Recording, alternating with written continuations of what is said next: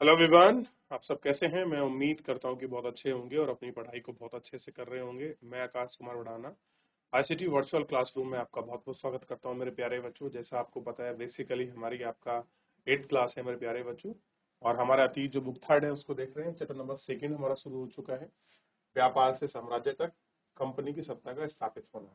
तो कैसे एक वो आपका ट्रेडिंग कंपनी आई और कैसे वो एक इतने बड़े एम्पायर की मालिक बन गई, ये हमने कल के लेक्चर में देखा था कि कैसे उन्होंने बंगाल से अपना बिजनेस शुरू किया और अलग अलग जगह पर सूरत, मद्रास, बंगाल जैसे पर उन्होंने अपने किले बनाए, छोटे छोटे व्यापारिक चौकियां बनाई, उन पर अपना काम शुरू किया, अपना ट्रेड किया, और कैसे वो आपके बंगाल के नवाब की जगह खुद वहां के नवाब बन गए।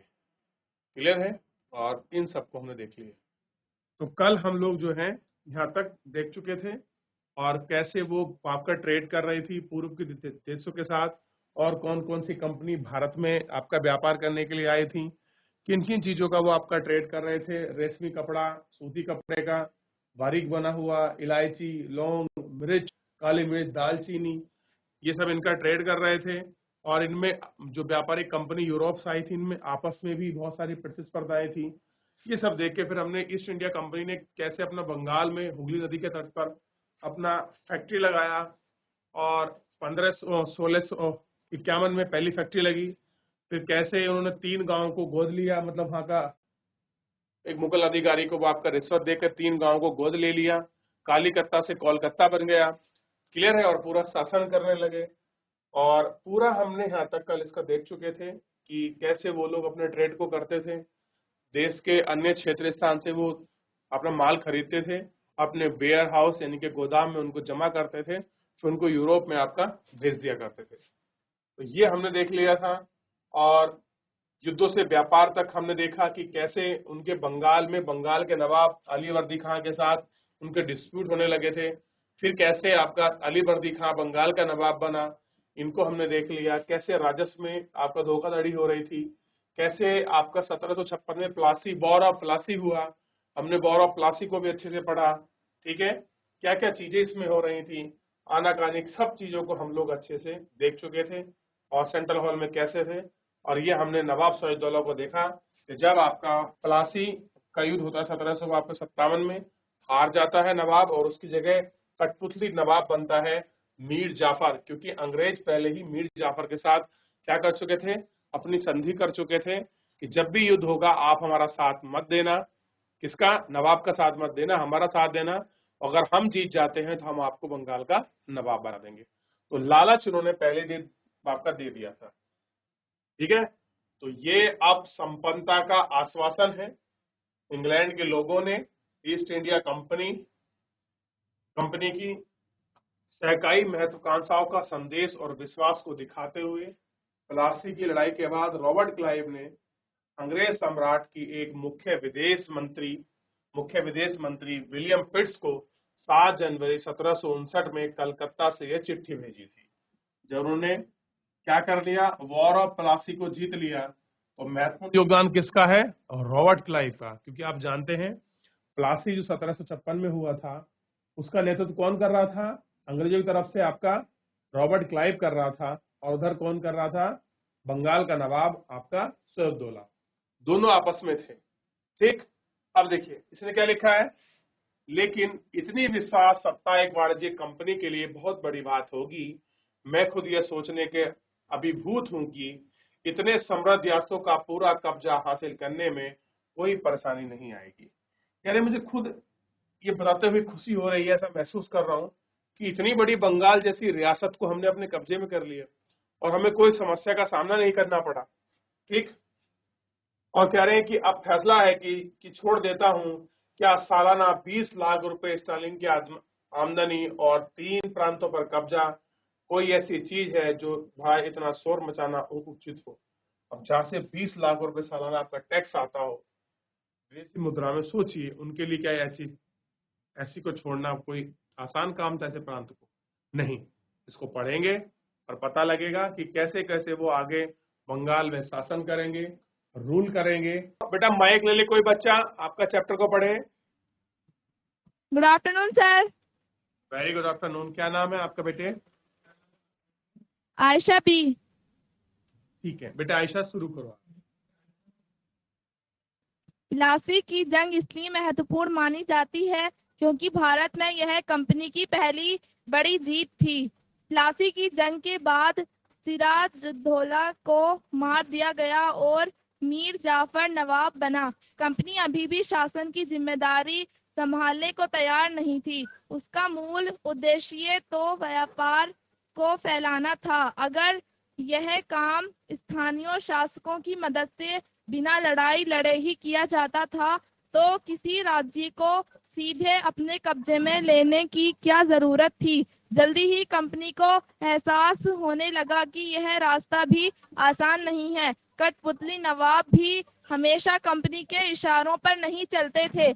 आखिरकार उन्हें भी तो अपनी प्रजा की नजर में सम्मान और संप्रभुता का दिखावा करना पड़ता था। तो फिर कंपनी क्या करती? जब मीर जाफर ने कंपनी का विरोध किया तो कंपनी ने उसे हटाकर मीर कासिम को नवाब बना दिया। जब मीर कासिम परेशान करने लगा तो बक्सर की लड़ाई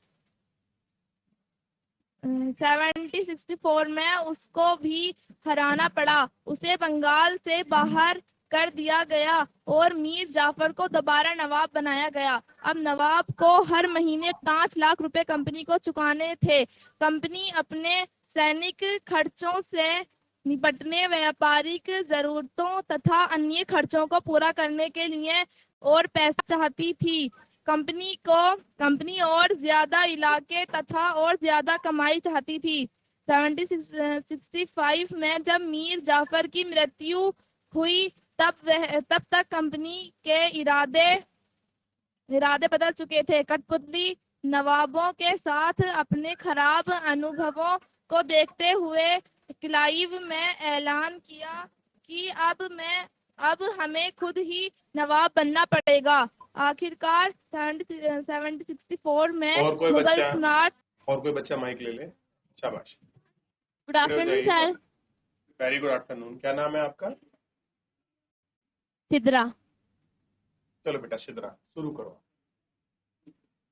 आखिरकार 1765 में मुगल स्मार्ट ने कंपनी को ही बंगाल प्रांत का दीवाना नियुक्त कर दिया। दीवानी मिलने के कारण कंपनी को बंगाल के विशाल राजस्व संसाधनों पर नियंत्रण मिल गया था। इस तरह का कंपनी की एक पुरानी समस्या हल हो गई थी। 18वीं सदी के शुरुआत में से ही भारत के साथ उसका व्यापार बढ़ता जा रहा था, लेकिन उसे भारत में ज्यादातर चीजें ब्रिटेन से लगाए गए सोने और चांदी के बदले में खरीदनी पड़ती थी। इसी वजह ये थी कि उस समय ब्रिटेन के पास भारत में बेचने के लिए कोई चीज नहीं थी। प्लासी की जंग के बाद ब्रिटेन से सोने की निकासी कम होने लगी और बंगाल की दीवानी मिलने के बाद तो ब्रिटेन से सोना लाने की जरूरत ही नहीं रही। अब भारत से होने वाली आमदनी के सहारे ही कंपनी अपने खर्च चला सकती थी। इस कमाई से कंपनी भारत में सूती और रेशमी कपड़ा खरीद सकती थी, अपनी फौजों को संभाल सकती थी और कलकत्ता में किलों और दफ्तरों के निर्माण की लागत उठा सकती थी। ठीक है सिद्रा, बैठ जाओ बेटे सिद्रा। थैंक यू, बैठ जाओ। चलिए थोड़ा समझने का प्रयास करते हैं आप लोग। आप कह रहे हैं कि ऐसा क्या कारण था कि जो हमारी प्लासी की, देखिए आप लोग अगर आपका रीडिंग कर लेते हैं तो मैं आपको एक स्टोरी के रूप में आपको नरेट करके सुना सकता हूं ताकि आपको लॉन्ग टर्म तक वो चीजें याद रहें। अब देखिए होता क्या है, प्लासी का युद्ध हो गया। कारण आप जानते हैं कि बंगाल का नवाब थे आपका सिराजुद्दौला और अंग्रेजों के बीच व्यापार के टैक्स को लेकर आपस में झगड़ा हो गया। बेसिकली एक दास तक आपका पत्र था, मुगल बादशाह से उन्होंने आपका प्राप्त किया था और वो आपका बंगाल में खास कर जो बंगाल का रीजन है उसमें फ्री में ट्रेड कर सकते थे। लेकिन रीजन क्या हुआ, कंपनी के जो अधिकारी थे वो लोग उसको निजी रूप में भी उपयोग कर रहे थे, और निजी रूप में उपयोग करने से क्या हुआ, लोगों ने शिकायत करी कि कंपनी के अलावा जो वहां के लोग हैं वो लोग भी खुद ट्रेड कर रहे हैं। इससे क्या हुआ, बंगाल के नवाब का जो राजस्व था वो पैसा कम हो गया। ठीक है, पैसा कम हुआ तो दोनों में आपसी संघर्ष शुरू हुआ, किस किस के बीच, नवाब और कंपनी के बीच। अब कंपनी ने कार्रवाई कर देती है किस पर, विलियम फोर्ट पर। वो विलियम फोर्ट को सीज कर लेती है, सील कर लेती है, और इस तरह से पूरा कब्जा कर लेती है। उधर मद्रास का गवर्नर था रॉबर्ट क्लाइव। जैसे रॉबर्ट क्लाइव को ये खबर चली कि कलकत्ता की हमारी फैक्ट्री आपका सील हो चुकी है, वो एक बहुत बड़ा जहाज बेड़ा लेकर कहां चला गया, बंगाल की तरफ पहुंच गया।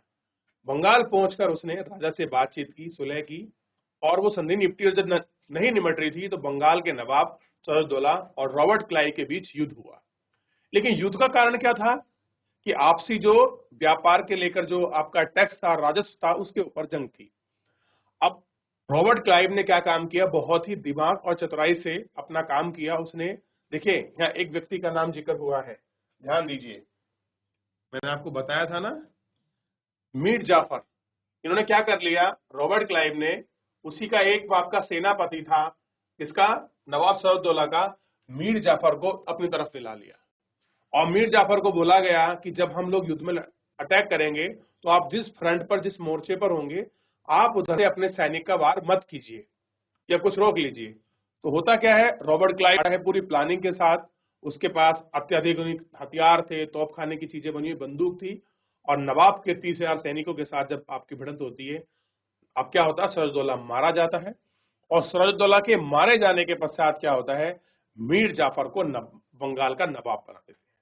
ध्यान दीजिए, अगर मैं क्वेश्चन पूछूं, एक ही क्वेश्चन, जवाब देगा कोई बच्चा, जीआईसी सुल्तानपुर, क्या कारण था कि कंपनी ने खुद शासन नहीं किया बल्कि उन्हीं में से किसी एक को राजा बना दिया या आपका नवाब बना दिया, खुद क्यों नहीं सुल्तान बने?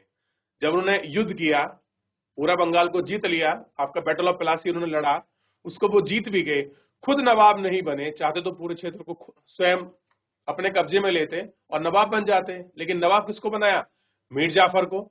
मीर जाफर से ठीक पटरी नहीं खाई तो मीर कासिम को बना दिया, और मीर कासिम ने दिक्कत करी तो वापस किसको बना दिया, मीर जाफर को बना दिया।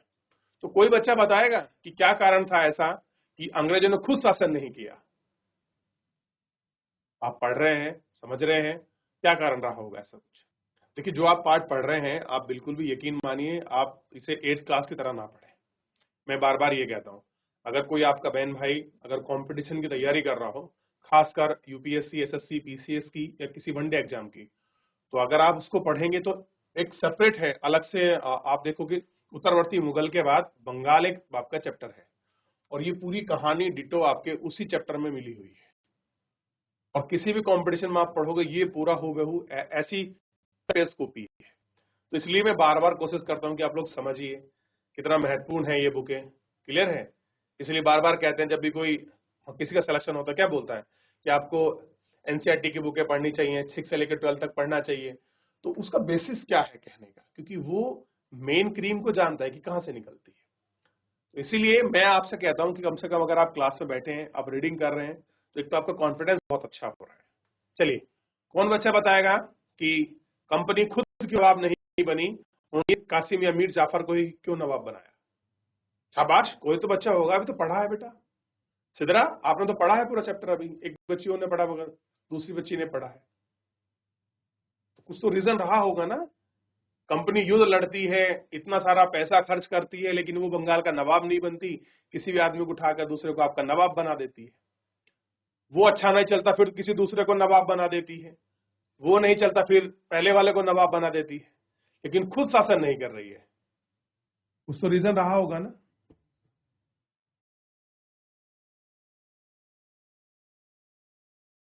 चलिए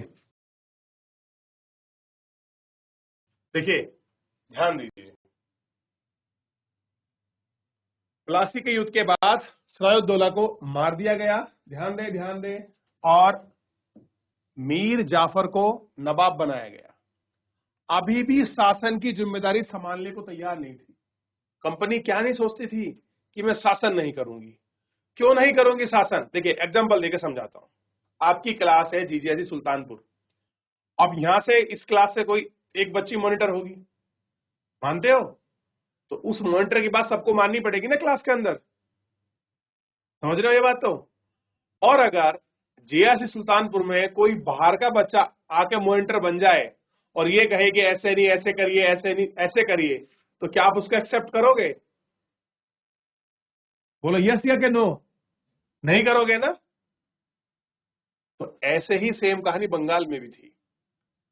जो पुरानी पुश्तैनी चीजें आपकी चली आ रही थी, नवाब का शासन चल रहा था, बोलना चाह रहे हो कुछ? चलिए चलो ध्यान दीजिए। तो ऐसा ही कारण था कि वो शासन नहीं कर रहे थे कि अगर हम नवाब बने तो यहाँ की, अभी तो हमसे केवल नवाब मरा है, अभी तो हमसे कुछ लोग खफा हैं, लेकिन एक स्थिति ऐसी पैदा हो जाएगी कि पूरी बंगाल की जनता हमसे भिड़ जाएगी, और हम इतनी बड़ी जनता का जो करीबन इतनी सारी है पॉपुलेशन में, जो अब करोड़ों लाखों है, हम उससे नहीं भिड़ सकते। इसलिए उन्होंने क्या बनाया, एक अपना कठपुतली नवाब, यानी कि नाम का राजा हो, लोग इसको देखें, काम सारा हम करें। क्लियर है? क्या लिखा? शासन संभालने को तैयार नहीं थी। उनका मूल उद्देश्य क्या था? भाई हमारा व्यापार डिस्टर्ब नहीं होना चाहिए, हमारी ट्रेड चलती रहनी चाहिए, और स्थानीय शासकों की मदद से बिना लड़े, ध्यान दीजिए इसमें साफ साफ लिखा है, स्थानीय शासन से बिना लड़े ही ये ट्रेड आपका किया जा सकता है। तो सीधे कब्जा लेने की क्या जरूरत है? जब सब कुछ काम करके ऐसे ही काम चल रहा है, यहाँ लोगों से लड़ने की क्या जरूरत है? ये देखिए तो साफ साफ लाइन में लिखा हुआ है, बस आपको देखना था और पढ़ना था। देखिए बच्चों, मैं आज भी आपको बता दूं, कॉपी लिखने से भरने से कुछ नहीं होता, समझने से और उसके साथ लिखने से बहुत अच्छी चीजें होती हैं, लॉन्ग टर्म तक बनी रहती हैं वो चीजें। क्लियर है? चलिए, अब जल्द ही कंपनी को एहसास होने लगा कि भैया इस तरह से भी शासन नहीं चल सकता, और ये भी कोई आसान नहीं है, क्योंकि कठपुतली नवाब हमेशा तुम्हारे कहने पर चले, इस बात की क्या गारंटी है? अगर कोई हमें नवाब बना दे कठपुतली, वो 100% आपकी मानेगा, क्या गारंटी है? कहीं तो अपनी चलाएगा, और जहां अपनी चलाएगा तुम अपनी चलाओगे, दोनों के बीच क्या होगा? हमेशा क्लैशेस होगी, प्रतिद्वंदता होगी, और ऐसे में एक दूसरे के हित आपस में टकराएंगे और वापस द्वंद्व शुरू होगा। तो इसी को लेकर क्या हुआ कि अब क्या हो गया, मीर जाफर ने विरोध किया, मीर कासिम को वापस नवाब बना दिया गया। तो इस तरह से अब क्या हुआ, मीर कासिम परेशान करने लगा, तो दोबारा आपका मीर जाफर को नवाब बना दिया। पहले मीर जाफर ने परेशान किया तो मीर कासिम ने परेशान किया तो बापर मीर जाफर। अब ये परेशान हो गए कि इसको बनाया, ये दुखी करने लगा, इसको बनाया, फिर ये दोबारा बनाया, ये फिर दुखी कर रहा है। नहीं, अब ऐसे नहीं चलने वाला, अब हम जो होगा देखा जाएगा, शासन हम स्वयं करेंगे। अब उन्होंने जिम्मेदारी ठान ली। क्यों ना ठानते? अंग्रेजों को अगर भारत में व्यापार करना था तो यहाँ की मुद्रा और वहां की मुद्रा में अंतर था। अगर कोई ट्रेड करने आपके पास कोई व्यापार करने के लिए आए, मान लीजिए अगर कोई व्यक्ति नीदरलैंड, हॉलैंड, पोलैंड से आ जाए और कहे कि मुझे आपके घर में 10 कुंटल गेहूं चाहिए, चावल चाहिए, शक्कर गुड़ ये चीज चाहिए, क्लियर, दाल चावल चाहिए, ये लीजिए आप मेरा पौंड लीजिए, तो आप क्या कहेंगे? हमें नहीं चाहिए पौंड, या तो हमारा भारतीय रुपए में पैसा दे भैया, या हमें सोना आपका चांदी दे। तो वो लोग ट्रेड काय में कर रहे थे?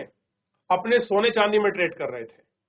अब लंदन का सोना और चांदी भारत में आ रहा था, उनका खाली हो रहा था, अब वो क्या करते? लेकिन जब उन्हें बंगाल मिल गया और 5 लाख रुपए महीना उनका रेवेन्यू मिलने लगा, यानी कि 60 लाख रुपए साल का रेवेन्यू, सोच के देखिए, कब? 1765 की बात कर रहा हूं मैं, इस जमाने में उनको 60 लाख रुपए मिल रहा है। सोच रहे हो आप? जब यहाँ 6 पैसे की, 1 रुपए की वैल्यू बहुत बड़ी थी उस टाइम, समझ रहे हो? तो उन लोगों ने क्या किया कि अब सारा खर्चा कहां से होगा? जो बंगाल हमको टैक्स देगा, उसी टैक्स से उन्होंने ट्रेड किया, व्यापार किया, उसी से अपने सेना के जो आपके सेनापति थे या जो भी अधिकारी थे, जो सैनिक थे, उनका वेतन दिया, बचे हुए से आपका व्यापार किया, उसको फिर भारत में बेचा, फिर पैसा कमाया, अगला साल फिर आया, राजस्व इकट्ठा किया, और इस तरह से लंदन की तरफ बढ़ते चले गए। ये कह रहे हैं कि 1765 में मुगल बादशाह ने कंपनी को ही बंगाल का दीवान नियुक्त कर दिया है। ऐसा क्यों? थोड़ा थोड़ा आपको कंफ्यूजन, यही कंफ्यूजन को कॉन्सेप्ट में चेंज करना है, और अगर आप ये पकड़ गए और आपको ये पढ़ना चीजें आ गया, यकीन मानिए हिस्ट्री आपके लिए बहुत आसान हो जाएगी। तो बच्चे बोलते हैं हिस्ट्री पढ़ते हुए नींद आती है, उसका कारण है हम लोग अपना जो इंटरेस्ट है हम उसको क्रिएट नहीं करते, हम चीजों को समझने का प्रयास नहीं करते। कारण था उस समय कि जो मुगल बादशाह थे वो पूरे भारत के क्या थे, आपके बादशाह थे, और अगर वो किसी व्यक्ति को कहीं नियुक्त कर देंगे तो उसके नियुक्ति के बाद कोई भी व्यक्ति उसका विरोध नहीं कर सकता, और विरोध नहीं होगा तो किसी प्रकार के आपस में टकराव भी नहीं होगा। दीवानी मिलने के कारण बंगाल में विशाल संसाधन पर उनका नियंत्रण हो गया। इस तरह से एक पुरानी समस्या का हल हुआ और 18वीं शताब्दी की शुरुआत में भारत के नए व्यापार बढ़ने लगे। भारत ज्यादा चीजें ब्रिटेन से लाए गए, सोने से खरीदनी पड़ती थी, अब वो चांदी के बदले कुछ नहीं करता था। जो प्लासी के युग के बाद जो यहाँ से पैसा आपका इकट्ठा हो रहा था, उसी पैसे से ये क्या कर रहा था, अब चीजों को खरीद रहा था। यानी कि इनके लिए आपका बंगाल की लड़ाई जीतकर इनके लिए बड़ा फायदा हो गया, यानी कि बैटल ऑफ प्लासी इनके लिए एक प्रकार का प्रॉफिट का सौदा हुआ। क्लियर हुआ? शुरुआत की थी लाभ के लिए किसने, बंगाल के नवाब ने, आपका सिराजुद्दौला ने, कि मैं टैक्स को और ज्यादा बढ़ाऊंगा, उल्टा हो गया और सारा पैसा किसके हाथ चला गया, कंपनी के हाथ चला। क्लियर है? तो ये थोड़ा सा आपको इसका एनालिसिस है जो आपको समझना चाहिए। क्लियर है? और अगर कोई क्वेश्चन पूछे जा रहे हैं तो आप उन क्वेश्चनों पर ध्यान देना चाहिए। आगे बढ़ते हैं, ध्यान दीजिए। कंपनी के अफसर नवाब बन बैठे। कंपनी के अफसर क्या बन बैठे, नवाब। नवाब बनने का क्या मतलब है, आपने सुना होगा ना कि कोई बोलते ना गांव में या फिर कहें कि आज बहुत नवाब लग रहा भाई, आज बहुत नवाब बन रहा है। तो बेसिकली नवाब का मीनिंग क्या है ये हम जानने का प्रयास करते हैं। इसका मतलब यह होता है कि कंपनी आसपास सत्ता ताकत लगाती है, लेकिन कुछ और फायदे भी थे। कंपनी हर कर्मचारी को नवाब की तरह जीने का ख्वाब देखने लगे थे कि जिस तरह से शान और शौकत में नवाब रहते थे, हम उनके अधिकारी हैं, हम भी उसी तरह से नवाब और शान और शौकत में रहेंगे। इसलिए कंपनी के अधिकारी क्या समझने लग गए थे, अपने आप को नवाब समझने लग गए थे। तो ये चीज इसमें बताई गई। क्लियर है? अब देखिए 1773 में नवाब ने इंग्लिश व्यापारी के बारे में क्या कहा था। जब वो पहली बार हमारे देश में आए तो उन्होंने सरकार के सामने विनती करते हुए कहा कि उन्हें फैक्ट्री खोलने की थोड़ी सी जमीन दे दो। उन्होंने वह जमीन मिल गई तो वह मजदूर किला खड़ा कर ले, एक आपका मजबूत किला खड़ा कर डाला।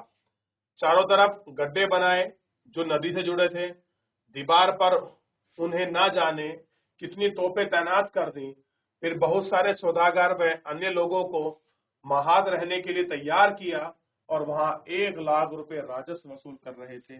असंख्यक औरतें और मर्दों को देश में गुलाम बनाकर लूट खसोट कर रहे हैं। ये बात नवाब ने लिखी थी कि कंपनी किस तरह से भारत में आपका शासन कर रही है, और सिराजुद्दौला ने इस बात को व्यक्त किया कि कैसे वो लूट खसोट आपका हमारे यहाँ हो रही है।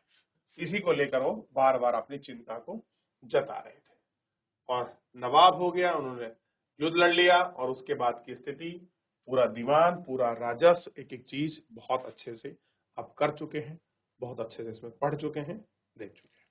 क्लियर है? यहाँ तक किसी बच्चे का कोई क्वेरी, कुछ क्वेश्चन, कोई डाउट हो मेरे प्यारे बच्चों, आप मुझसे पूछ लीजिए। किसी भी बच्चे का कोई डाउट, कोई क्वेरी हो।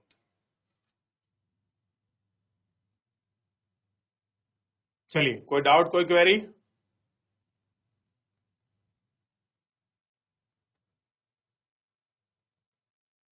चलिए, पीछे कुछ पूछना हो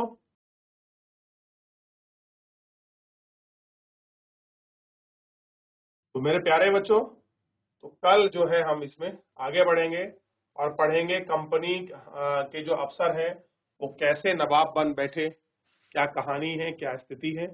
फिलहाल मेरे प्यारे बच्चों, आज के इस लेक्चर में इतना ही। मिलते हैं नेक्स्ट लेक्चर में, तब तक अपना ध्यान रखिए, स्वस्थ रहिए और अपनी पढ़ाई को बहुत अच्छे से करते रहिए। मुझसे जुड़ने के लिए आपका बहुत बहुत धन्यवाद।